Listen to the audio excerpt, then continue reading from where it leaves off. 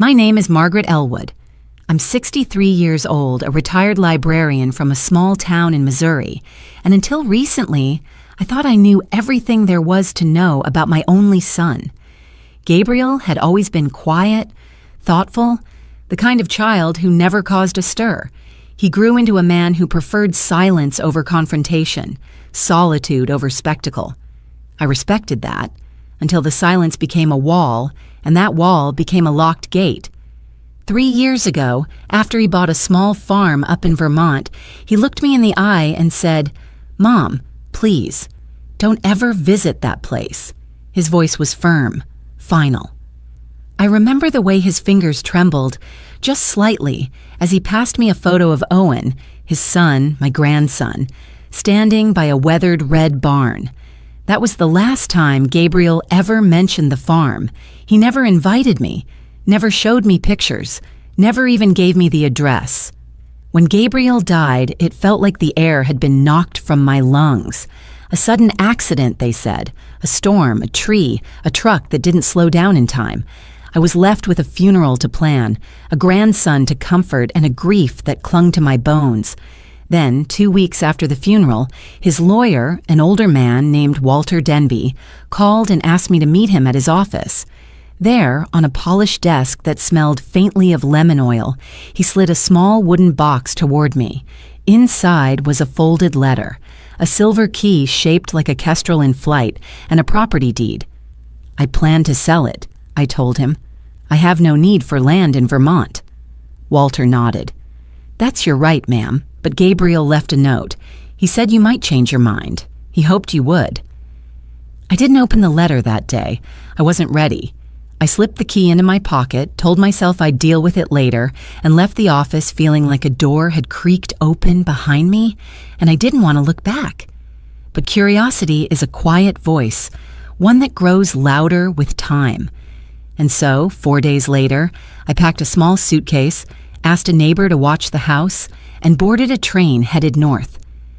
The drive from the station to the farm took nearly an hour through winding roads flanked by pine trees and stubborn patches of snow that refused to melt, even in April. By the time I reached the wrought iron gate that read Kestrel Ridge, the sky had turned a soft steel gray. I parked, stepped out, and stood there, hand resting on the cold metal, staring up at a farmhouse that had lived only in my imagination. It was smaller than I'd pictured, older.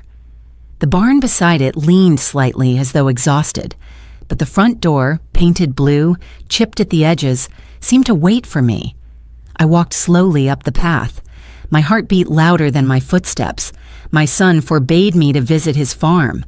After he died, his lawyer handed me the keys. I planned to sell it, but curiosity got the better of me. When I opened the door, I froze, because what I saw inside, the door, creaked on its hinges. A gust of cold air greeted me, followed by the scent of cedarwood and something faintly floral, lavender, maybe.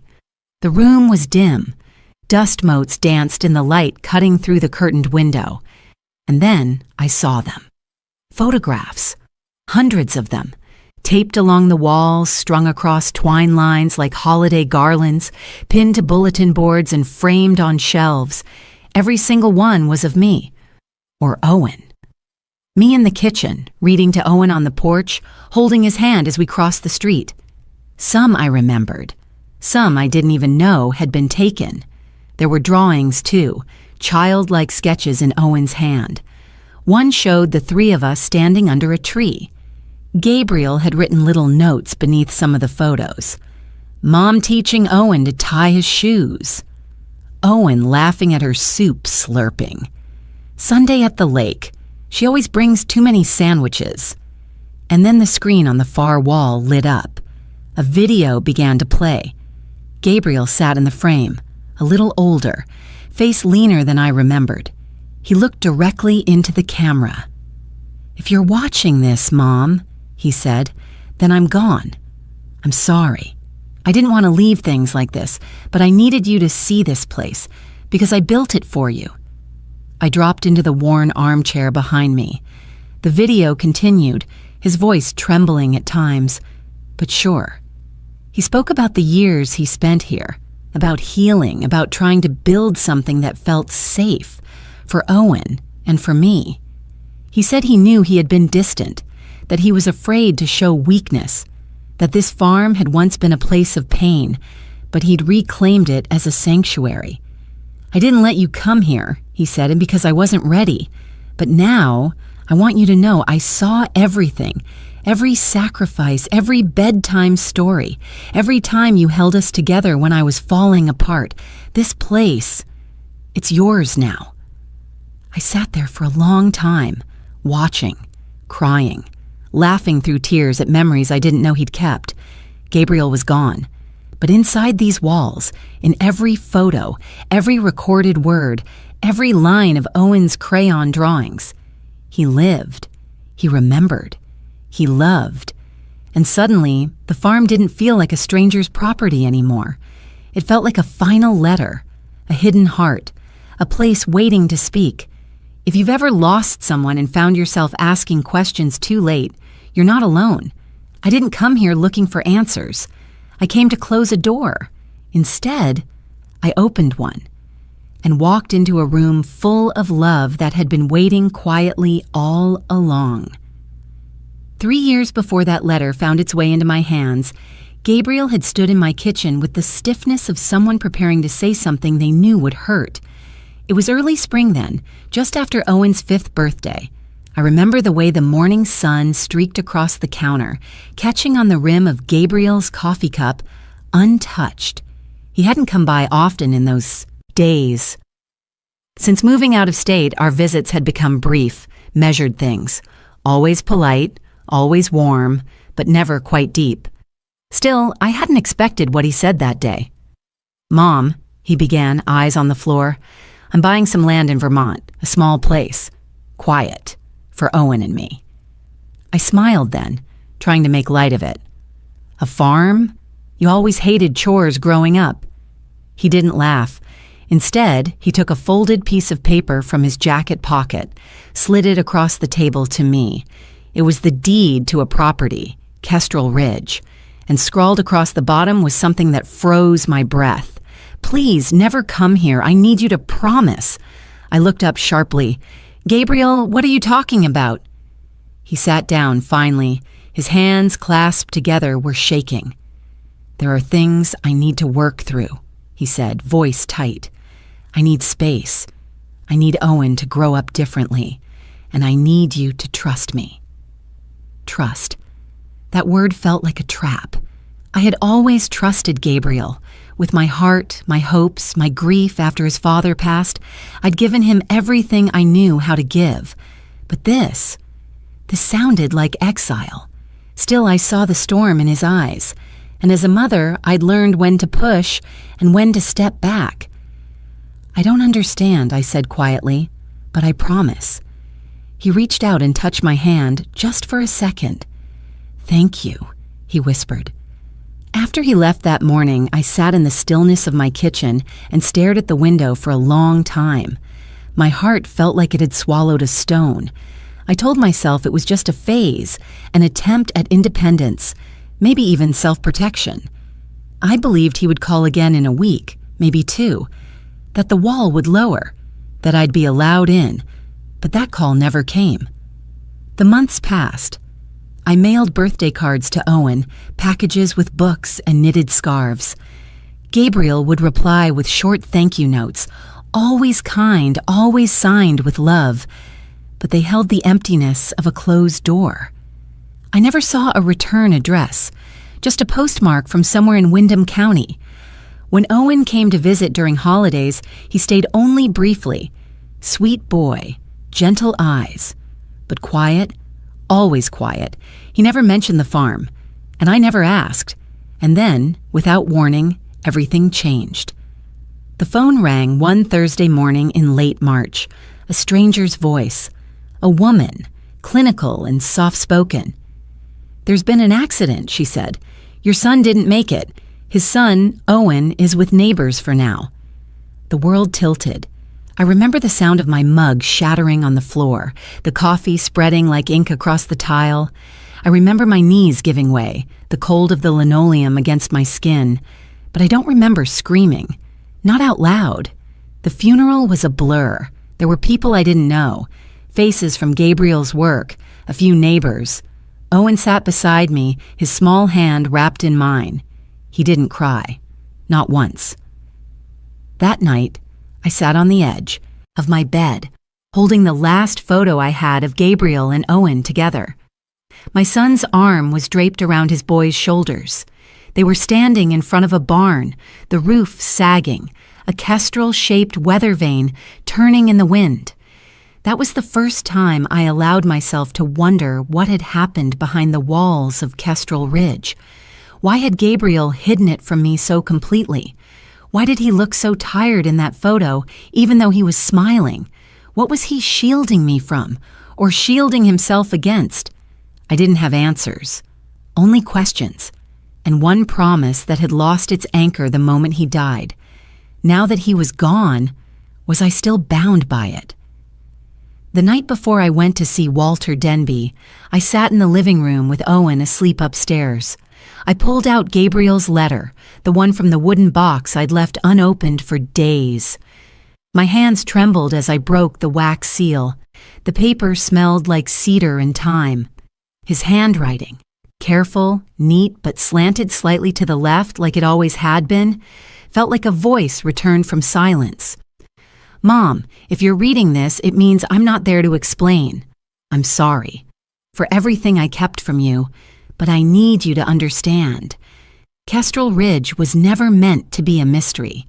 It was meant to be a gift when the time was right. I know I asked you never to come. I had my reasons. But now I need you to go. I need you to see it, to know what I built there and why. The key is yours. The land is yours.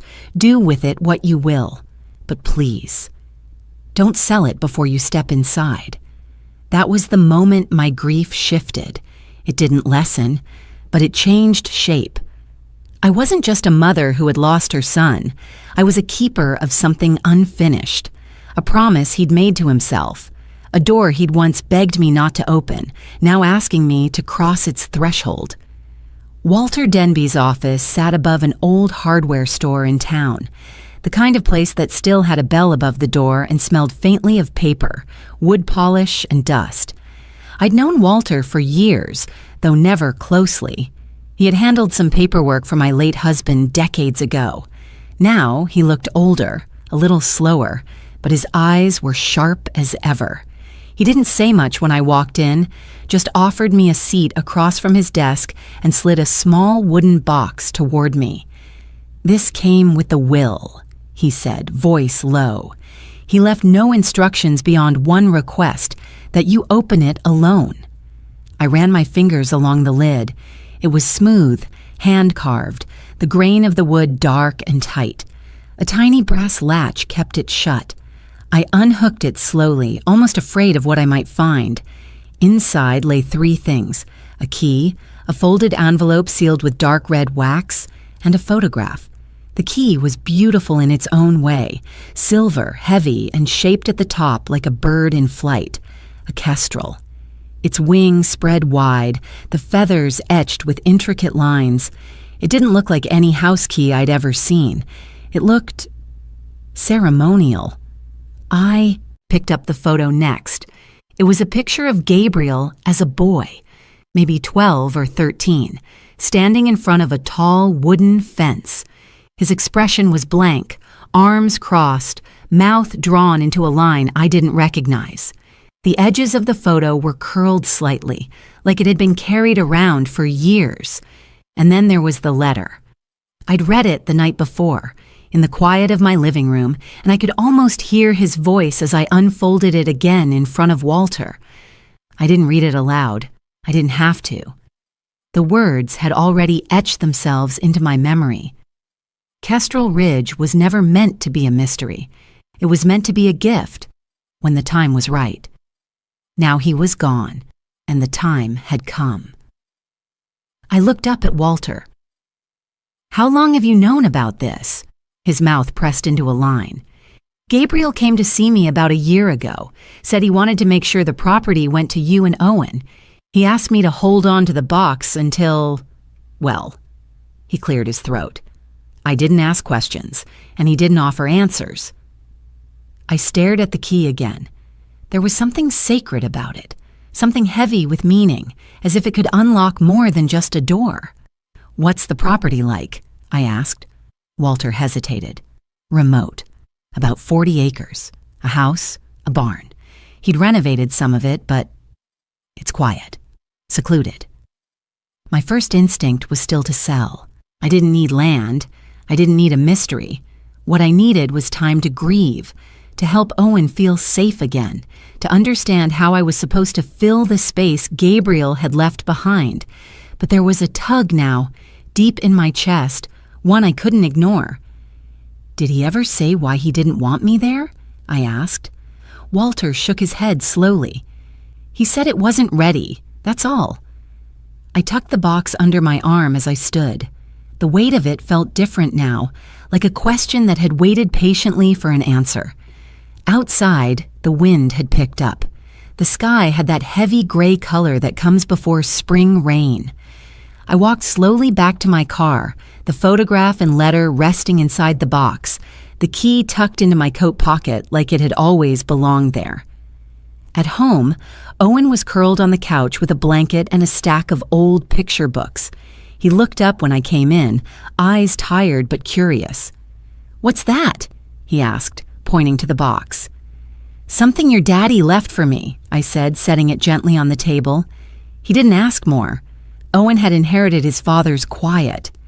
That night, after putting him to bed, I opened a map and traced my finger along the roads leading from Missouri to Vermont. I'd never driven that far alone before. The idea made my hands sweat, but something in me had already decided. I wouldn't sell. Not yet. I needed to see it first, to stand where Gabriel had stood, to understand what he'd built in the silence he never explained. I packed lightly. Just a few clothes, Gabriel's letter, the photo, and the key. Before I zipped up my bag, I looked again at the kestrel on the key. A bird of prey, yes, but also a symbol of sharp vision and quiet strength. I couldn't know then what I would find at Kestrel Ridge, but I knew this much. He hadn't left it for me out of obligation. He'd left it out of hope. Hope that something broken might be mended. Hope that I could step through the door he'd once begged me to avoid and choose not to turn away. The road to Vermont stretched like a ribbon of memory, winding through valleys and past trees that still held the skeletal limbs of winter. I left before sunrise, the box resting on the passenger seat beside me like a quiet companion. Every so often, I'd glance at the silver kestrel key nestled inside, its wings outstretched as if in flight. I hadn't told anyone I was going, not Owen, not my sister in Kansas City, not the neighbor who occasionally brought over soup. It wasn't secrecy. It was something softer. I needed to meet this place on my own terms before the world touched it. The drive was long. Missouri flattened out into Illinois, and by the time I reached New York, the air had changed. It smelled like wet stone and moss, a kind of cold that settled deep in your lungs. When I crossed into Vermont, the mountains rose up like quiet sentinels, ancient and still. The further I drove, the more the outside world seemed to dissolve behind me. I followed Gabriel's instructions to the letter. Turn at the white church with the cracked bell. Continue past the covered bridge. Count 2 mailboxes after the orchard road. It felt like a scavenger hunt built from pieces of his life I had never seen. And then, just beyond a bend in the road, there it was, Kestrel Ridge. The gate was iron, worn but sturdy, the name arched above it in looping script. It was partially open, as if waiting for someone. I stepped out of the car and stood for a long moment with my gloved hand resting on the cold metal. My breath came in small clouds. The silence was deep, not empty, but expectant.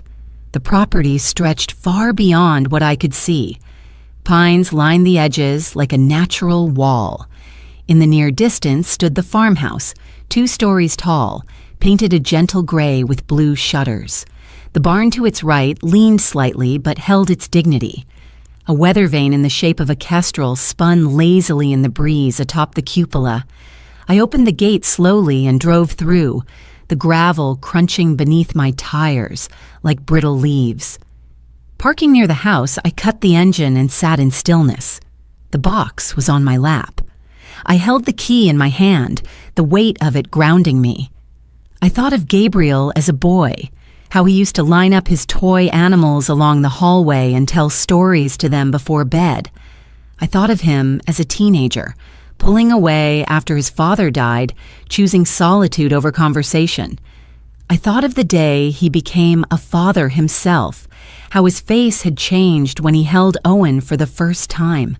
Softer, afraid, maybe, but fiercely present. And I thought of the day he asked me not to come here. The tension in his voice, the ache in mine when I said yes. Now I was here, at the edge of something I couldn't yet name. I got out of the car and walked the path to the porch. The wood creaked under my boots. The blue door stood straight ahead, a brass handle catching the light. My fingers hovered over the lock, then reached into my coat pocket. The key slid in without resistance. I turned it. The door opened. Inside, the air was cold but not lifeless. It smelled like cedar and old books, with a faint trace of lavender. I stepped into a small entryway, the floor polished and clean. A coat hung on the hook to my left, one I recognized from a photo of Gabriel and Owen at the fair. Brown wool, torn at the elbow. I moved further in. To my right was a living room, simple furniture, a stone fireplace, books stacked in neat towers, not yet shelved. Framed photographs lined the mantel. My breath caught as I stepped closer.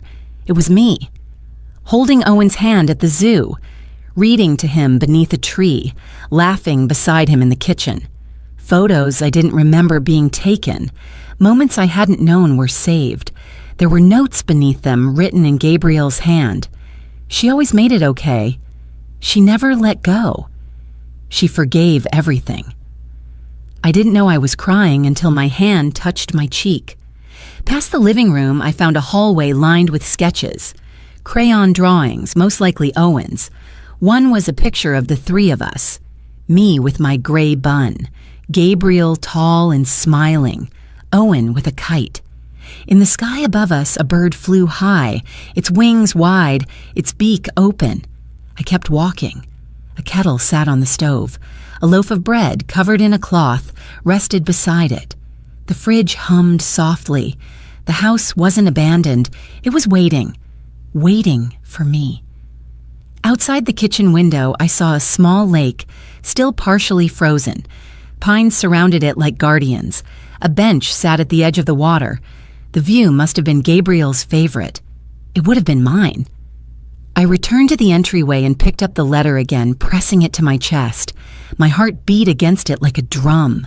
The silence in the house no longer felt empty. It felt like love that had been preserved, waiting to be unwrapped, piece by piece. I sat on the edge of the old sofa, the key still in my palm, and looked around. This was not a house haunted by grief. It was a home filled with memory. I spent the night on the old sofa in the living room, wrapped in a quilt that smelled faintly of pine and chamomile. Sleep came in pieces, soft and jagged. I kept waking to the sound of wind tapping against the windows, the creak of wooden beams settling above me. But there was no fear, only a strange sense of presence, as though the walls themselves remembered. When morning light spilled across the floor, I rose quietly, wrapped the quilt tighter around my shoulders, and moved through the house like I was walking through someone else's dream. Only it wasn't someone else's. It was mine. Or maybe it was Gabriel's, and now it had been passed on to me. In the kitchen, I boiled water for tea. There was a small tin of Earl Grey tucked behind a row of glass jars labeled in Gabriel's handwriting: thyme, rosemary, turmeric. The mundane details of his life unfolded like small gifts, evidence of how he lived, what he cared about. He'd been building a world here, piece by piece. and he had never told me. After breakfast, I wandered back into the living room. That's when I noticed the black rectangle tucked into the corner shelf, an old digital photo frame. I pressed the side button. It flickered to life. At first, I saw a slideshow of photos. Gabriel teaching Owen how to ride a bike down a gravel path, Owen holding a pumpkin twice his size, the two of them building a snowman.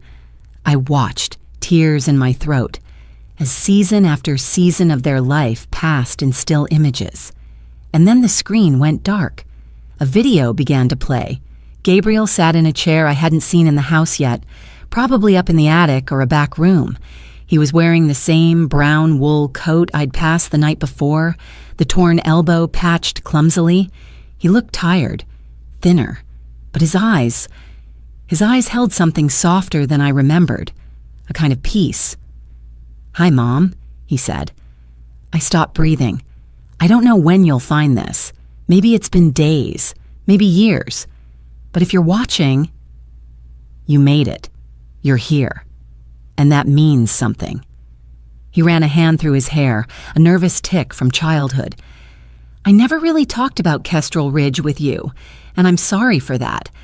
I wasn't trying to shut you out. I was just trying to hold something together long enough to make it real." He looked away, then back at the camera. "This place, it's complicated. It wasn't always mine. It belonged to Dad's father, Melvin. You probably remember, cold man, stricter than steel." I nodded unconsciously, though he couldn't see me. "He sent me here once, just once. I was 12. You thought I was at a summer camp, but it was more like a correctional place. A reform farm, they called it. They didn't hit us, but they knew how to break a kid down without touching him. Long hours, silence as punishment, cold meals, colder mornings." He paused. "I hated it. But when I got older, I realized something. Pain leaves a shape in you, and if you don't face it, it becomes everything. I bought this place because I wanted to change that shape. I wanted it to hold something else." His voice cracked. "I built this house into a home. Not perfect, but full of moments with Owen. I kept photos of you everywhere, because I needed to remember who taught me love wasn't something earned. It was something offered, again and again." He leaned closer to the lens. "I know I kept you out. I know I said not to come.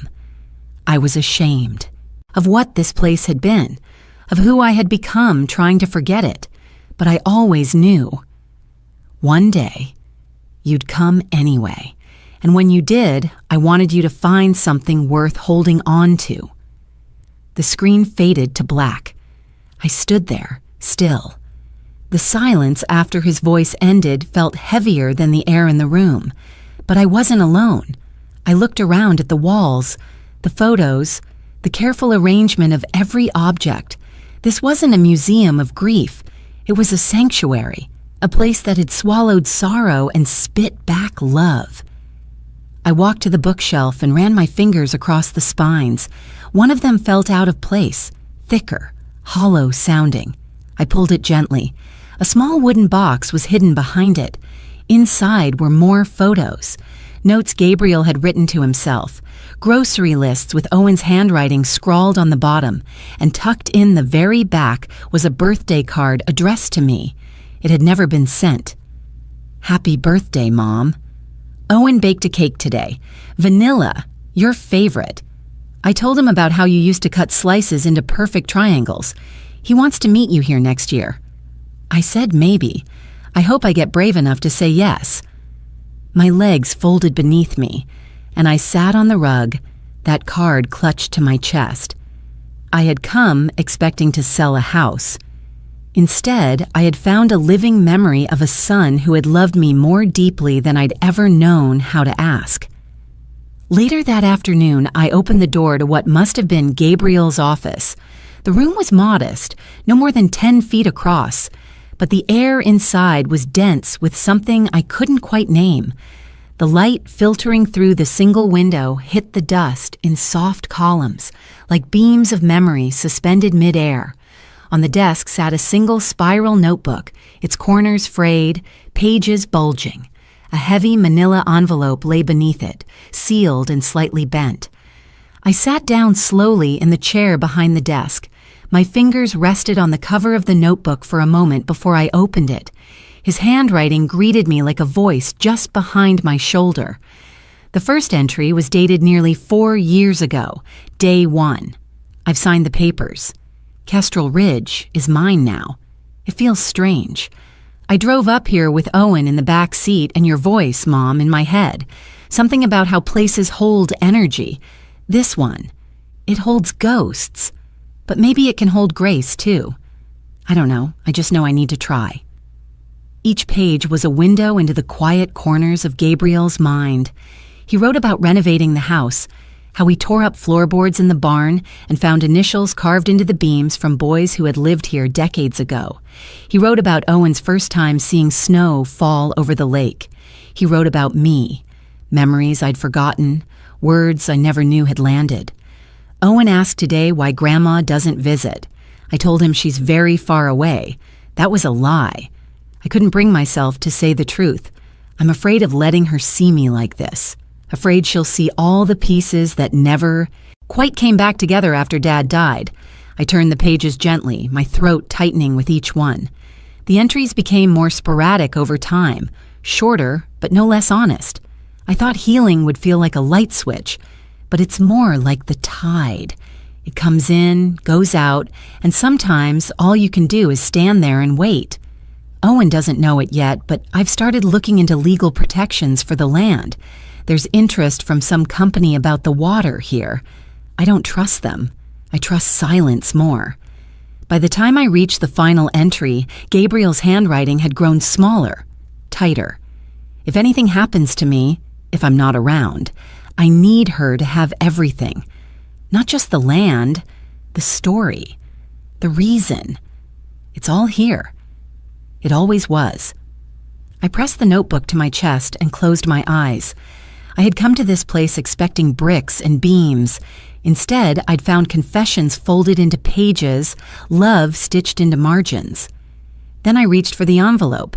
It was heavier than it looked. Inside, there were documents. Legal records, spreadsheets, bank statements, and one thick printout with the words Langley Holdings. Internal accounting stamped across the top. My stomach flipped. The Langley name wasn't unfamiliar. Gabriel had cousins on his father's side. The Langleys were old New England money, with land that stretched across counties and a reputation built on deals that never saw the light of day. I hadn't heard that name in years. I scanned the first few pages. There were line items, acquisitions, shell companies, and highlighted figures that seemed out of place. One note, scribbled in Gabriel's pen, read, Edward Langley has been trying to acquire Kestrel Ridge since I bought it. He wants the spring beneath the western hill. Not for nostalgia, for profit, water rights. He can't have them. I flipped to the back and found a smaller envelope inside, labeled in Gabriel's familiar handwriting. For Mom, if they ever come knocking. I opened it. Inside was a short letter. Mom, if Edward or anyone from that side of the family contacts you, don't panic. Don't sign anything. The documents enclosed are proof of financial misconduct. He's been laundering funds through a company listed as a water conservation group. If he pushes for a claim on the land, use this. I've verified everything through an independent auditor. It's all legal. June can help you if you need support. She's young, but she's sharp. I trust her. You're not alone in this. Love, Gabriel. I sat back in the chair, the envelope trembling in my lap. There it was. A storm I hadn't known was coming, already brewing in the distance. Gabriel had left me not just memories, but armor. Quiet weapons wrapped in paper and ink. I looked out the window and saw the hills beyond the barn, the way the light caught on the slope where the spring must run beneath. It wasn't just land anymore. It was legacy. And now, I understood why he had kept it hidden for so long. Some truths aren't ready to be told until you're strong enough to carry them. I folded the documents back into the envelope and placed it gently beneath the notebook.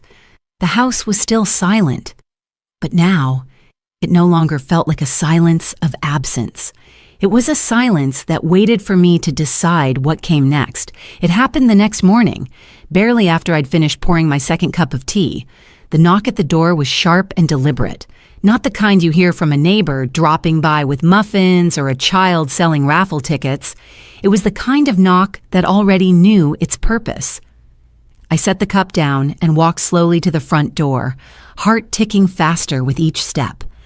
Through the side window, I saw a tall woman in a dark coat. Her hair pulled back so tightly it sharpened her cheekbones. She held a leather briefcase in one hand and a clipboard in the other. When I opened the door, the cold hit first, then her voice. "Mrs. Elwood?" she asked. "Yes. My name is Lena Mathers. I'm here on behalf of Edward Langley." She said it with the smoothness of someone used to delivering unwanted news. She didn't smile. I stepped aside, unsure whether to let her in or shut the door, but something about her demeanor made me think it would be better to hear whatever she had to say in the open. "I'll be brief," she continued, flipping through papers on her clipboard as though my name were just one of many she had said today. "Mr. Langley is asserting a familial claim on this property, Kestrel Ridge, on the basis of inheritance law within extended family lineage. Under Vermont Code, distant relations can seek review if a will omits substantial shared legacy property." I blinked. "I'm sorry, what?" She looked up then, face perfectly still. "Mr. Langley believes this land was unfairly retained by your late son. There is reason to believe your son misrepresented the nature of ownership upon acquisition. Mr. Langley is prepared to pursue this through civil channels if necessary." Every word landed like ice against my skin. "He's filing a lawsuit?" I asked, slower now. "That would depend on your willingness to cooperate." She handed me a thick envelope. "These are preliminary notices of intent. You're encouraged to consult legal counsel before responding." I didn't take the envelope right away. My eyes stayed on hers. "I haven't spoken to Edward Langley in over 20 years, I said, keeping my voice as calm as I could. "My son bought this land outright. If Mr. Langley had concerns, he had plenty of time to raise them, while Gabriel was alive." Lena didn't flinch. "Mr. Langley has documents that suggest otherwise." I took the envelope finally and pressed it to my chest like a shield. "Is that all?" "For now," she said, then added with a thin, almost performative nod, "You have a beautiful property. Shame, really, what families will do to each other over land." I watched her walk down the porch steps, her heels crunching the gravel. A black SUV waited at the gate. As she climbed in, the vehicle pulled away without hesitation, leaving a trail of dust in its wake. I stood in the open doorway for several minutes after she was gone, the morning air biting at my cheeks. My fingers clenched tighter around the envelope. Inside, I sat back at the desk where Gabriel's notebook still lay open. His handwriting stared up at me, those earlier entries filled with memory and hope. The envelope he'd left for me now felt prophetic. They had come knocking, and I hadn't even had time to grieve before being asked to fight. I opened the new envelope slowly.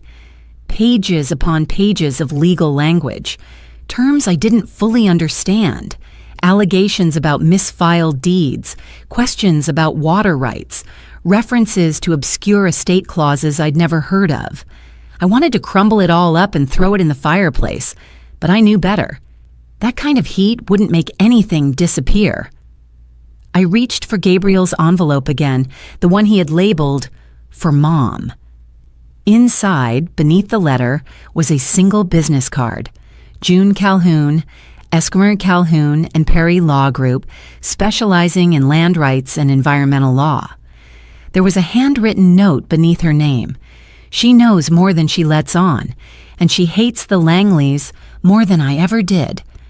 I let out a breath that was part relief, part rage. So Edward was already circling when Gabriel was alive, and now that my son was gone, he thought I'd be easy prey. I looked out the window again, this time not at the lake or the trees, but at the land beneath it all. The ground Gabriel had fought to reclaim, the spring he had tried to protect, the memories he'd sealed into the walls of this house. They weren't just coming for soil, they were coming for his silence. And I was no longer willing to be quiet. The wind was rising by late afternoon, sweeping down from the mountains with a chill that pressed against the windows. I had just finished rereading Gabriel's last entries when I heard a knock again, softer this time, hesitant, not legal, human. When I opened the door, I recognized him immediately. "Thomas," I said. He smiled, the corners of his mouth hidden beneath a beard gone mostly gray. "Didn't think you'd remember me, Margaret. Been a long time." Thomas Rourke had been Gabriel's English teacher in high school, one of the few who had seen him during the years he'd stopped speaking much at home. Back then, Thomas was the kind of teacher kids listened to without understanding why. He saw beneath noise and silence alike. "I was passing through Brattleboro," he said, adjusting his scarf, "and I heard... I'm sorry, I heard about Gabriel." I stepped back and waved him in. "Come inside. You look cold." He took off his coat and glanced around the living room with the quiet awe of someone walking into a church. "So this is it," he said. "Kestrel Ridge. I've heard about this place my whole life, and now I'm standing in it." "You knew about it?" I asked, surprised. Thomas nodded slowly. "Yes, and so did Gabriel. That's what I came to talk to you about." I led him into the kitchen. We sat at the table while I made fresh tea, the scent of bergamot rising between us. He warmed his hands on the mug, then set it aside. "Gabriel came to me 5 years ago," he began. "Said he was thinking of buying the property, wanted my opinion. I didn't tell him what to do, but I did tell him the truth." He looked at me then, not unkindly. "This land has a history, Margaret. Not just family history, real history, deep scars." I listened, my chest tightening. "Back in the 1960s, he continued, this place wasn't just a farm. It was a reform facility, a private one. The kind they used to send troubled boys to when the state didn't want them anymore. Harsh discipline, long hours, emotional isolation, the kind of place that never quite broke the law but never kept its conscience either." He reached into his coat pocket and slid out a folded newspaper clipping. The ink was yellowed, the edges frayed. Kestrel Ridge Youth. Reformation Farm to close amid complaints. I scanned the article, my eyes catching on phrases like excessive labor, verbal degradation, and unlicensed counseling. Thomas waited before continuing. "Your father-in-law, Melvin, was one of the original investors. He thought discipline built character. When Gabriel was 12, he was sent here for the summer." My throat went dry. "I thought he went to music camp," I whispered. "That's what you were told," Thomas said gently. "But I saw him when he came back. He was different, quiet in a way that didn't feel like maturity. I tried to talk to him, but he shut down. Years later, he came to my office and told me the truth.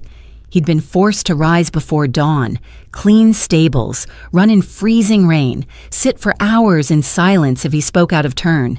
No beatings, but enough shame to keep scars." Tears welled in my eyes before I could stop them. "I didn't know," I said. "Of course not," he replied. "That's the point of shame. It hides, buries itself. Gabriel never blamed you. He told me he came here not just to buy land, but to rewrite it." I looked out the window toward the barn. It stood like a witness. "He told me once," Thomas continued, "that he wanted to transform the place that hurt him into a space of healing. That's why he never let you come. He didn't want you to see it until it was ready, until he wasn't afraid of its shadows anymore." I stared at the floor. Everything in me ached. "He left so much behind," I said quietly. "No," Thomas corrected. "He left it for you. That's different." For a long moment we sat without words, only the kettle whistling softly behind us. Finally, I rose and pulled Gabriel's notebook from the shelf. I opened to one of the last entries and slid it across the table. Thomas read in silence, then closed it carefully and nodded. He never stopped loving you. You know that, don't you?" I nodded barely. "But love," he said, "isn't always loud. Sometimes it looks like hiding until you're strong enough to return." He stood, took his coat, and gave my shoulder a gentle squeeze before stepping toward the door. "One more thing," he said. "Edward Langley knows this history too. He'll spin it if he needs to, but you—" He looked around the house. "You have the truth, and the truth, when spoken with quiet conviction, tends to carry further than you think." I watched him disappear into the gray mist of late afternoon, his car rumbling down the gravel path. Back inside, I stood by the front window for a long time. I wasn't just walking in Gabriel's footsteps anymore. I was walking with him, into the past, yes, but also towards something new. The door to the truth had been closed for decades, and now it was open. The first package arrived 2 days later. It was small, a brown paper box with no return address, sitting on the front steps like any ordinary delivery. I brought it inside with mild suspicion, thinking it might be something I'd ordered without remembering. But when I opened the box, I froze. Inside were children's books, new ones, hardcover editions of stories Owen loved: The Polar Express, Where the Wild Things Are, Charlotte's Web. On top was a handwritten note in blue ink, written in a script too smooth, too polished to feel sincere. For Owen, from family who never stopped thinking of him. No signature, no explanation, just that one line, and the slow, tightening sensation in my chest. I took the books to the back room and left them on a shelf I hadn't touched yet. They sat there like seeds of something unwanted, and I made a mental note to ask Owen about them carefully when the time felt right. But that was only the beginning. The next week, Owen and I were walking along the edge of the western field when we saw them, 2 figures at the bottom of the slope near the line of pines, a man and a woman, standing too still, looking too long. "Who's that?" Owen asked, tugging gently at my sleeve. I narrowed my eyes, shielding them from the late afternoon sun. The man was tall, his frame thick, his hair slicked back with the self-assurance of someone who believed he owned every inch of earth he walked on. He wore a wool overcoat too fine for farm country. The woman beside him stood with arms crossed, her chin slightly raised, surveying the property like a scout choosing where to strike. Edward Langley and his daughter, Rebecca. I hadn't seen Edward since my husband's funeral. He'd shaken my hand with forced warmth, said Gabriel was turning out sharp, and disappeared back to wherever it was that men like him lived. Boardrooms, golf, clubs, polished corridors lined with old paintings and older money. Now he was here, uninvited, unannounced. I placed a steadying hand on Owen's back and motioned for us to return to the house. I didn't want a scene, not in front of him, but before we could turn away, Edward called out, "Margaret!" His voice hadn't aged. It still had that faint note of performance, like every greeting came with a stage cue. "Just wanted to say hello," he said, walking closer. Rebecca followed, her boots silent in the dry grass. "We were in the area," he continued, "and thought we'd drop off a few things for the boy. Family should stay connected." I held Owen closer. "You've never once reached out to him, not once in 8 years. Edward raised his hands in mock surrender. "We all make mistakes. I've come to correct mine." Rebecca stepped forward then. Her voice was cool and measured. "Gabriel never gave us a chance to be part of Owen's life. We're simply trying to change that." I looked at her carefully. There was no warmth in her tone, only calculation. "Gabriel had his reasons," I said, "and frankly, so do I." Edward's smile didn't waver, but it turned brittle at the edges. "There's no need for hostility. We're family, and Owen deserves to know where he comes from." "Where he comes from," I said, "is his father, and his father chose to raise him here, far from whatever empire you're trying to reclaim." Rebecca's expression didn't change. If anything, her eyes narrowed, not with anger, but curiosity, as if trying to gauge how deep I was willing to stand my ground. "We'll be in town for a few weeks," she said. "There's no pressure, just an open door." Edward reached into his coat and handed me a second envelope, this one thinner than the last, for when you're ready to talk like adults. Then they turned and walked away, leaving footprints in the field as bold as signatures. That night, Owen sat across from me at the dinner table, quietly pushing peas across his plate. "Grandma," he said, "those people, they told me they knew my dad, that they used to visit him when he was little." I set down my fork. "They said I'd like their house," he continued, "that they have a dog and a big pool and let kids play video games anytime." I closed my eyes for a second, letting the weight of the words settle. This wasn't just legal now, it was personal, strategic. They were starting with Owen, offering comfort and distraction disguised as affection. "They're your distant relatives," I said carefully, "but that doesn't mean they know you, Owen, or that they know what's best for you." He looked down, nodding slowly. "They gave me a book, too, said my dad used to read it." My heart broke at the precision of it. "They're trying to make you feel special," I said gently, "but your dad already did that. He didn't want you to grow up around them for a reason." "Because they're bad?" "No," I whispered, "because they take things without asking. They take pieces of people." Owen was quiet for a long time. Then, in a small voice, he asked, "You won't let them take me, right?" I reached across the table and took his hand, squeezing it gently. "Not a chance," I said. But inside, I could feel it happening already. Cracks forming along the edge of our safety. The Langleys weren't just knocking on the door. They were finding ways to slip in through the windows. The next morning, I called the number Gabriel had left tucked inside that envelope marked, "For Mom."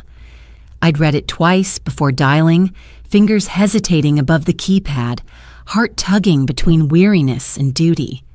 I didn't know what I expected. Maybe a voicemail, maybe someone too busy to care. Instead, she answered on the second ring. "June Calhoun speaking." Her voice was bright, steady, young. Too young, I thought, to carry the kind of weight I was about to unload. But then again, Gabriel had trusted her, and by now I'd learned to trust what he left behind. "June," I said, my voice a little hoarse. "My name is Margaret Elwood.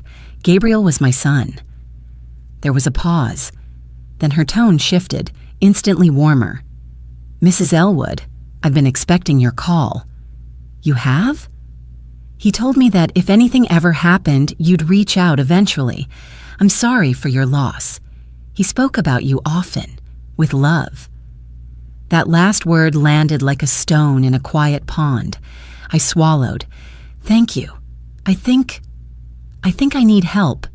There's a lawyer, a woman named Lena Mathers. She delivered papers on behalf of Edward Langley. They're pressing a claim on the property." "I'm aware," June said. "I followed the filings. Quietly." "You've been watching?" "Gabriel didn't just hire me as a consultant. He gave me full access to the title records and water rights agreements he was drafting. He suspected Edward would make a move after. There was something reassuring in the way she spoke. Precise but not cold. Confident but never dismissive. "Could we meet?" I asked. "I'd rather do this face to face." "Of course," she said. "I can drive up tomorrow morning." True to her word, June arrived just past 10 the next day in a dusty Subaru with a cracked windshield and a back seat full of legal binders. She wore black jeans, a dark green blazer, and boots that looked like they'd waded through more than one property dispute. She smiled as she stepped onto the porch, extending a hand that was firm and steady. "You've got a beautiful place here," she said, glancing out toward the fields. "Depends on who you ask," I replied. We sat in the kitchen with tea and the thick envelope from Edward spread between us. June flipped through the papers quickly, brow furrowed. They're testing boundaries, she said after a moment. This isn't a formal lawsuit yet, more like an aggressive bluff, but they've layered it with just enough half-truths to cause doubt. I handed her Gabriel's documents, his handwritten notes, the accounting files, and the folder labeled Langley Holdings. Internal accounting. June took her time reading carefully. When she finished, she looked up, eyes sharp with understanding. "This is gold," she said. "It's not just enough to push back. It's enough to put them on the defensive." I let out a breath I hadn't realized I was holding. "Gabriel was methodical," she added. "He spent the last 2 years preparing these records, cross-checking water rights, tracing ownership lineage, even contacting environmental consultants to protect the spring." She pulled a printout from her binder. "This," she pointed, "is a copy of a sealed offer from Aquaterra, the water management company. They've been trying to get exclusive access to the spring beneath the western field, but Gabriel refused to sign without including clauses about conservation and local control." I stared at the contract. "And now?" "If you're willing," June said, "we can reopen the negotiation. Use it to strengthen your legal position. With a signed contract in place, you hold leverage, not just as a landowner, but as a steward of a protected resource." I leaned back in my chair, heart racing. "Edward's not after the memories," I said softly. "He's after the water." June nodded. "He knows what it's worth, and he doesn't like that your son got there first." Silence settled between us. "I'm not used to fighting," I admitted. June smiled gently. "You don't have to be loud to be strong, Mrs. Elwood. Quiet people can still win. They just need the right tools and someone who believes in them." I looked down at Gabriel's papers. The key to the house still sat on the table between us. Its silver kestrel shimmered in the light. "He believed," I said. "Yes," she said, "and so do I." We agreed to begin the paperwork immediately. June would draft a formal response to Edward's claims, backed by Gabriel's documentation and our intention to protect the spring through Aquaterra's conservation terms. As she gathered her folders, she looked at me with a glint of something between pride and resolve. "Let them try," she said. "We're not just defending property. We're defending a legacy." When she left that afternoon, the wind had stilled. The lake outside shimmered quietly, and for the first time since I arrived, I felt the ground beneath my feet settle. Not with finality, but with purpose. I hadn't walked to the western field since arriving. Something about that part of the land felt distant, not just in miles, but in weight. Gabriel had mentioned it in his notebook briefly, always with a kind of reverence. He never wrote about it plainly. He called it the low hill. That hums. That morning, after June left with a folder full of strategy and a promise to return soon, I put on Gabriel's old coat and followed the narrow trail past the barn, down toward the trees. The western field was quieter than the rest of the property. The wind dropped as I descended the hill, like sound itself had been swallowed. My boots sank gently into the mossy earth as I reached a clearing lined with birch trees. At the center stood a flat stretch of ground with no grass, just soft, packed dirt and a faint scent of minerals in the air. I knelt beside a row of small stones arranged in a half circle, clearly placed, not natural. Beneath one of them, something caught the light. A brass cap, no bigger than my palm, was embedded in the soil, monitoring. Well 3, Aquifer Layer B. The label was worn but unmistakable. Gabriel had installed groundwater test sites here. I looked around. The trees rustled gently, as though listening. Back at the house, I found a folder marked Water Table Studies in the bottom drawer of his filing cabinet. Inside were graphs, scanned maps, and email printouts. One message stood out, sent from someone at Aquaterra to Gabriel just 6 months before he died. Preliminary results confirm exceptionally high purity in groundwater beneath Parcel 4, West Field. Estimated volume and flow suggest long-term viability for conservation or controlled extraction.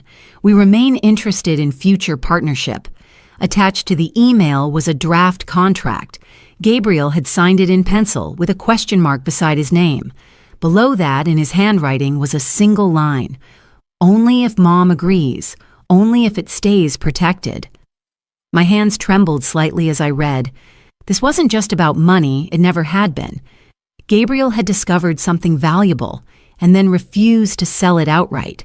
He had waited until he believed someone else would make the right choice. I picked up the phone and called June. Aquaterra offered a contract, I said. Gabriel didn't sign, but he left it here, and I think he wanted us to finish what he started. She was quiet for a second, then said, "That changes everything." Within 24 hours, June had arranged a call with Aquaterra's legal liaison. The representative, a woman named Marianne Graves, spoke with a kind of urgency that surprised me. She knew the property, knew Gabriel, knew the value of the spring beneath the field. "We've worked with families before," she said, "but this, Kestrel Ridge, is something rare, untouched, pristine. Your son was cautious, but his conservation priorities were clear. We'd like to honor that." June stepped in. "We want a binding contract, exclusive rights for Aquaterra to manage the spring under strict ecological terms, in exchange for permanent legal protection of the land's ownership." Marianne didn't hesitate. Agreed. By the end of the week, the documents were in hand. The agreement granted Aquaterra control over water management, but left all land rights with me. In return, they would publicly endorse my ownership and affirm environmental restrictions that would make Edward Langley's ambitions legally impossible. It was done. I signed my name on the last page, feeling the ink press into the paper like the closing of a long, aching breath. That night, I walked down to the field again, this time with Owen. He ran ahead, kicking leaves, his laughter echoing through the birch trees. "Why are we down here?" he asked. "Because your dad loved this place," I said, "and now it's ours to protect." He knelt beside the brass cap and tilted his head. "What's that?" "That," I said, smiling, "is water." He looked confused. "Water doesn't live underground." I crouched beside him. "Oh, but it does. It hides deep down, waiting for someone to listen." He nodded, still not quite understanding, but content.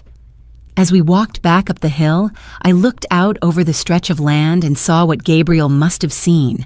Not just soil or trees or water, but a chance to turn pain into promise, to leave something better behind, to say, "I was here, and I tried." It didn't take long for Edward to sense he was losing ground. The first attack came through whispers. Neighbors in town, folks I barely knew, began calling with concern painted over their voices. They'd heard something, they said, about Gabriel, about Kestrel Ridge, about me. One woman, a cashier I'd only spoken to once, leaned across the counter and lowered her voice. "Someone said your son bought the farm under false pretenses, that he falsified something. You didn't know?" I stood still, letting her words hang in the air between us. She blinked, realizing too late that she was not speaking to gossip, but to a grieving mother with a steady spine. "I see," I said. "And who exactly is this someone?" She looked away. It wasn't just talk.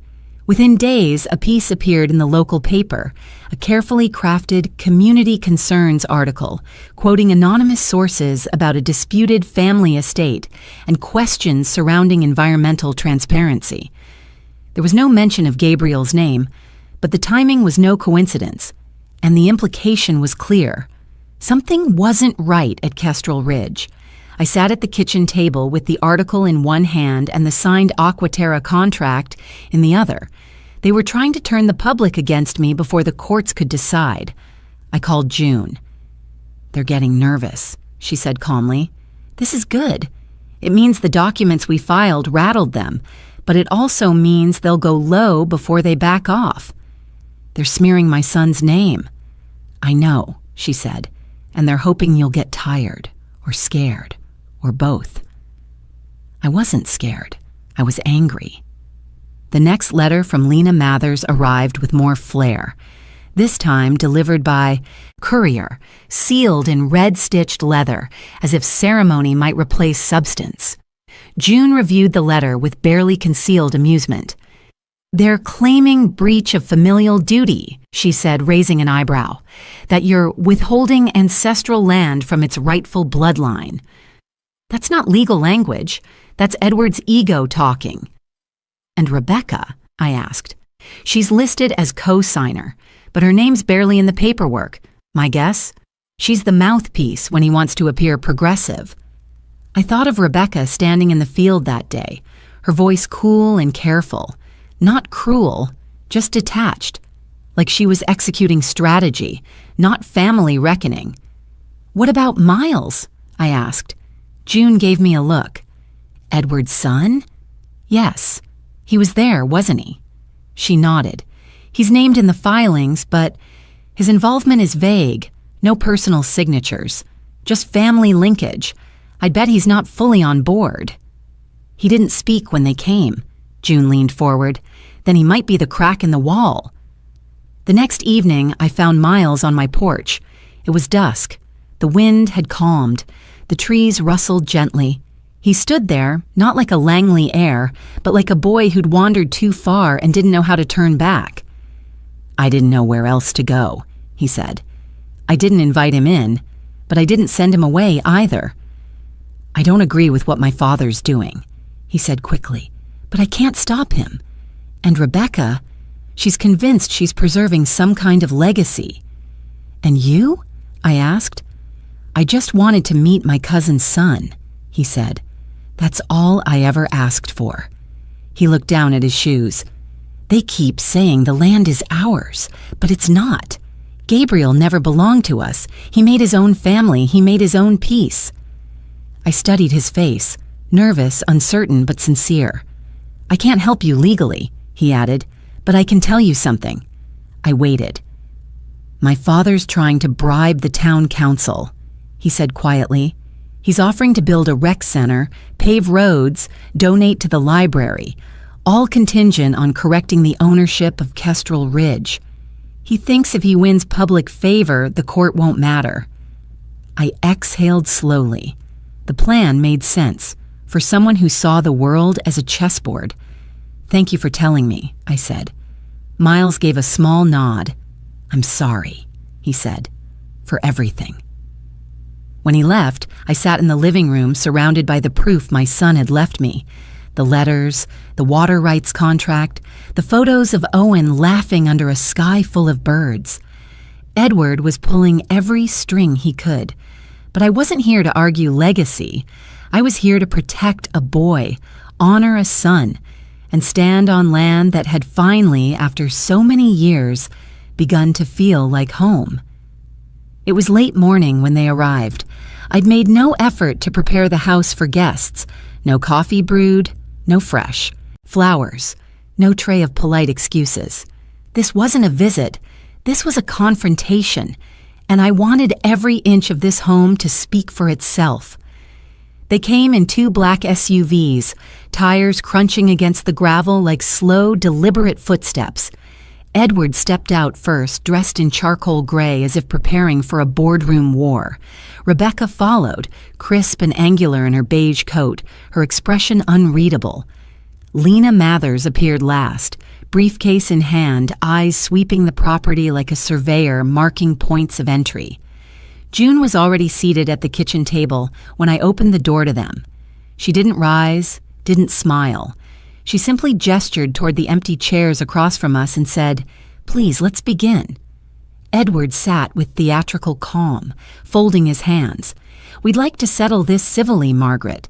There's no need to drag our family through drawn-out legal disputes." "Our family," I repeated quietly.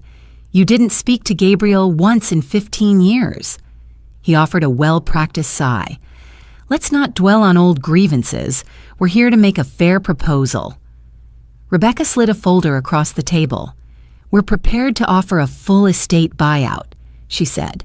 above market value, all legal fees covered, and a trust for Owen's future education. June didn't touch the folder. "We're not selling," I said. Edward smiled faintly. "You may want to reconsider. I've spoken to members of the town council. They'd be quite pleased to see this land managed by those with a, how shall I say it, proven ability to steward legacy." June leaned forward slightly. "Legacy doesn't override law, and Gabriel Elwood's rights were never in question." Lena cleared her throat. "If we're being frank, our side has prepared litigation strategies that could tie this property up for years. In that time, asset value deteriorates, community perception declines, and any revenue streams, such as water management contracts, may be placed under review." She looked at me as if expecting fear. Instead, I reached into the folder beside me and laid out 3 documents. "Then let's talk about deterioration," I said softly, "because what you're trying to erode is already protected." I slid the first paper forward. "The deed," I said, "legally transferred to Gabriel Elwood. No shared ownership, no gaps, no fraud." I placed the second document beside it. "The contract," I said, "signed and sealed with Aquaterra. Exclusive water rights management under strict conservation clauses. They've already filed endorsement letters with the court." Rebecca's posture shifted slightly. "And finally," I said, laying out the 3rd page, "internal financial documents showing your misuse of funds through Langley Holdings, including filings with shell companies under conservation pretense. Gabriel kept everything, and so have I." For the first time, Edward's mask cracked. His lips pressed into a thin line. He glanced at Lena, who stared at the table, expression unreadable. Rebecca's eyes narrowed. "You wouldn't go public with that." I looked her straight in the eye. "I don't need to. I just need to make sure a judge sees it." Silence settled like dust after a storm. No one moved. Then June spoke. "If you walk away now, we won't pursue damages. But if you proceed, we're prepared to file for malicious interference and intentional emotional distress." Edward stood abruptly. "This is ridiculous." June remained seated. "What's ridiculous is thinking Margaret would surrender her son's life's work to satisfy your illusion of control." Rebecca stood more slowly. Her face remained unreadable, but her eyes lingered on Owen's crayon drawing still pinned to the wall behind me. A picture of a house, a tree, and a bird in flight. "We'll see how the court views all this," she said. "No," I replied. "You won't, because there won't be a trial." Edward turned sharply. "Don't be so sure." "Oh, I am," I said, "because deep down you're not here to win. You're here hoping I'll fold before you're exposed." I stood, facing them fully now. "But I've buried a son. I've sat through silence darker than any courtroom. You can't scare me with paper." Rebecca looked at her father, then back at me. Then she walked out. Edward followed, slower, his shoulders stiffer now, his coat too heavy for the truth he had just been handed. Lena trailed behind them, saying nothing. When the door closed, June finally let out a breath. "Well," she said, "that went better than I expected."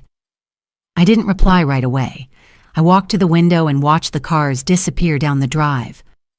"They came with power," I said quietly, "but they left with none." June nodded. "They underestimated silence." "No," I said. "They underestimated love. It didn't unravel all at once. Men like Edward Langley rarely fall in a single day. They fray at the edges, threads pulled loose by things they believe are beneath them. Paperwork, witnesses, women who don't flinch. 3 days after the meeting at my kitchen table, June filed a motion with the county clerk's office. Not a lawsuit, but a protective injunction, one that cited our water rights contract, documented financial threats, and formally named Langley Holdings as a potential party of interest in a land exploitation scheme. It made the local news by nightfall. The headline was cautious. Family dispute escalates over historic Vermont farm and water rights. But the article was not. The journalist had done their homework, likely with June's quiet help. They referenced Gabriel's conservation efforts. They quoted experts on aquifer protections. They even included a photo of me standing on the porch with Owen, sunlight behind us like a quiet shield. What the piece didn't show, but what everyone in town felt, was the shift in public wind. For decades, the Langley name had carried weight. It opened doors, bent rules. But now, that same name was starting to stain headlines and stir suspicion. By the end of the week, one of Edward's community improvement donations was declined by the town council. The library board issued a statement affirming its neutrality. A planned Langley-sponsored trail project in the western woods was paused indefinitely. The cracks deepened. And then, on a rainy Thursday morning, Edward Langley walked into the county courthouse and tried to file an emergency petition to freeze the estate of Kestrel Ridge. He was met with a judge who had already read the article, a clerk who had already seen the injunction, and a legal assistant who, according to June, told him, without blinking, "We've been expecting you." The petition was denied before noon, but that wasn't the real collapse. That came later that afternoon when Lena Mathers arrived at my door, alone and without her briefcase. She looked tired. Her coat was damp at the shoulders. Her voice was quieter than I'd ever heard it. "I won't be representing the Langleys anymore," she said. "I wanted you to hear it from me." I nodded, offering nothing more than silence. She hesitated. "I read your son's journals. Edward shared them, thinking they made Gabriel look unwell. They didn't. They made him look human and brave." I still didn't speak. "I'm sorry," she said at last, "for what you've lost and what you've had to protect." I closed the door gently behind her. The next call came from Miles. He didn't leave a voicemail, just a single text. "I've moved out. I won't be part of this anymore. I hope Owen remembers the kite we built." I read it twice, then deleted it. Some things didn't need keeping. That evening, Rebecca called. Her voice was clipped, her words precise, but there was something different in her tone. Not defeat, not apology, something emptier. "You've won," she said. "Enjoy it." "I didn't win," I replied. "I endured." Silence. Then she said softly, "He really did love this place, didn't he?" "Yes," I said, "and everything he built here was to protect a boy from becoming a man like your father." I didn't hear from her again. The air at Kestrel Ridge shifted after that, not just in the legal sense, though that part, too, was done. Edward never filed another motion. Aquaterra issued a public statement affirming their exclusive conservation contract. June began the process of drafting a land trust to ensure permanent protection for the spring, the forest, and the house. But more than that, the silence around me changed. It was no longer filled with the noise of what might come, no longer charged with fear or tension. It became a softer kind of quiet, a quiet that sounded like peace. One morning, I stood on the porch with Owen beside me. He held a paper kite in, his hands, its tail fluttering in the breeze. Gabriel had drawn a kestrel on it in faint pencil marks before he died, lines that faded now in the light, but hadn't disappeared. "Can we go to the hill?" Owen asked. "Yes," I said, and we walked. The battle had ended not with a bang, but with silence that couldn't be broken, not by rumor, not by money, not by legacy born of greed. Edward Langley hadn't been defeated in court. He'd been undone by truth. The hill overlooking the lake had become our place. Owen liked to go there in the early evening, when the sky softened into blues and golds, and the trees cast long, gentle shadows over the fields. He'd run ahead with his kite tucked under his arm, his small feet leaving fresh tracks in the grass, as if rewriting the path his father had once walked alone. I brought a blanket that day and laid it out near the bench Gabriel had built. A simple thing, just wood and nails, but worn smooth by years of weather and silence. I sat with my hands folded, watching Owen twist the kite's string through his fingers like he was weaving it into something bigger than the sky. After a while, he sat beside me. The wind tugged softly at his hair. He didn't look at me when he spoke. "Grandma, why didn't Dad want you to come here?" His voice was light, but the question hung heavy between us. One I knew would come, one I'd tried 100 times to answer in my mind. I turned toward him, watching the worry flicker just beneath his calm. He wasn't angry. He was searching for truth, for belonging, for the part of his father that still lingered in our answers. "Because," I said gently, "your dad was trying to fix something." "Fix what?" "He was hurt here, a long time ago, before he was even your age. People treated him badly, people who were supposed to help." Owen looked down at the ground. "Did he tell you?" I nodded. Not at first. It took him time to find the words. And the strength. He fidgeted with a blade of grass. "Why didn't he want you to see it?" I reached over and brushed his hair from his forehead, just the way I used to when he was a baby and couldn't sleep. "Because he didn't want me to remember it the way he did. He wanted to change it first, to make it better, and he did." "But he could have asked for help," Owen said quietly. "Yes," I whispered. "He could have. But sometimes people think they have to carry everything alone, especially the parts that hurt the most." Owen looked out over the water, his eyes full of thought. Then he said something I hadn't expected. "I don't want to keep secrets like that when I grow up." I felt the air catch in my throat. "I hope you never do," I said.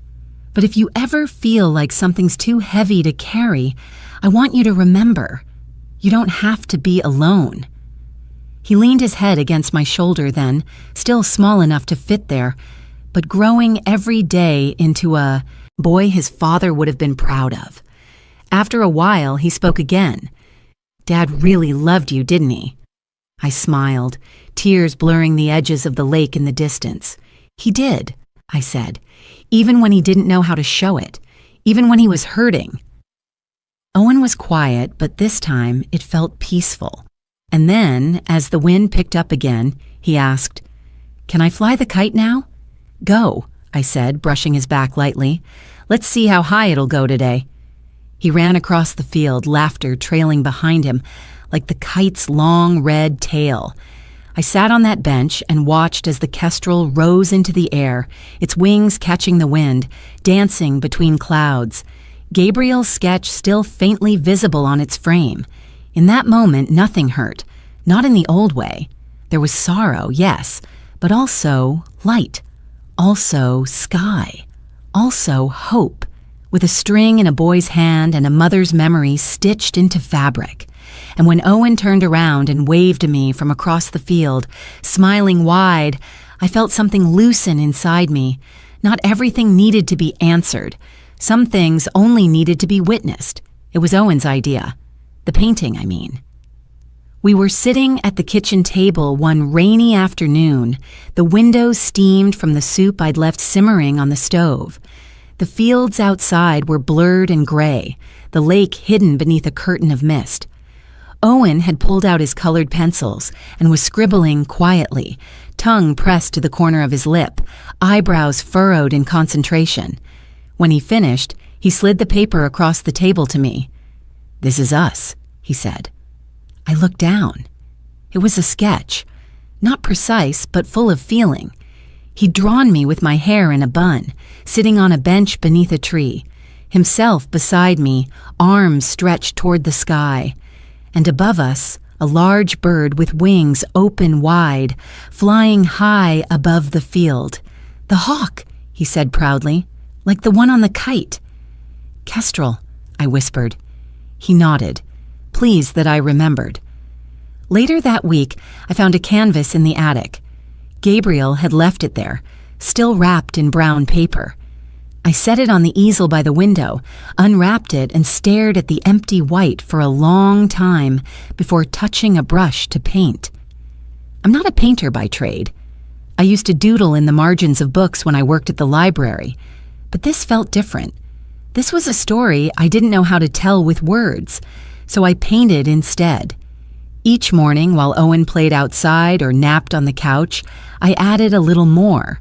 The hill, the lake, the house, the trees that lined the western field. I painted Gabriel from memory, just his outline at first, then his shoulders, then the slope of his back as he stood at the edge of the clearing, looking up. The kestrel came last. Wings stretched wide, tail flaring, its shape caught in mid-glide. I painted it soaring above us. Me, Owen, Gabriel, our figures small but grounded, together, even across time. The final brushstroke was a thin line of golden light across the horizon. Dawn or dusk. I never decided. The day I finished the painting, Owen and I walked down to the lake. It was a clear afternoon, the sky impossibly wide. He held the kite Gabriel had made months before, the one we'd patched together with new string and a stitched seam along the wing. He'd colored over his father's faint sketch, tracing the lines more boldly as if saying, "This still matters." He ran to the top of the slope, let the wind catch the fabric, and laughed as the kestrel rose again, higher and higher. I stood at the bottom of the hill, arms crossed against the chill, watching the boy and the wind and the sky hold each other like old friends reunited. There were no more letters to read, no more papers to sign. The lawsuits had faded into quiet.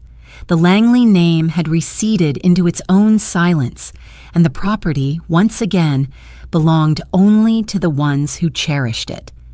I'd started writing in Gabriel's notebook, not to replace him, to stand beside him.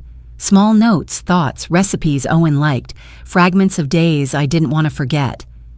I wrote about the sound of the rain at night, the way the lake shimmered at dawn, the way Owen's laughter sometimes sounded like Gabriel's when he was very small. I wrote about healing, not as an ending, but as something that unfolded slowly, like wings lifting after a long rest. That night, I stood at the easel once more and signed the corner of the painting, M. Elwood. Underneath, in smaller letters, I wrote, "We came home." Owen was asleep upstairs, the kite folded neatly beside his bed. Outside, the moon rose over the trees, casting a silver glow across Kestrel Ridge. I opened the window, let the night air drift in, and listened to the soft hush of the earth settling into itself.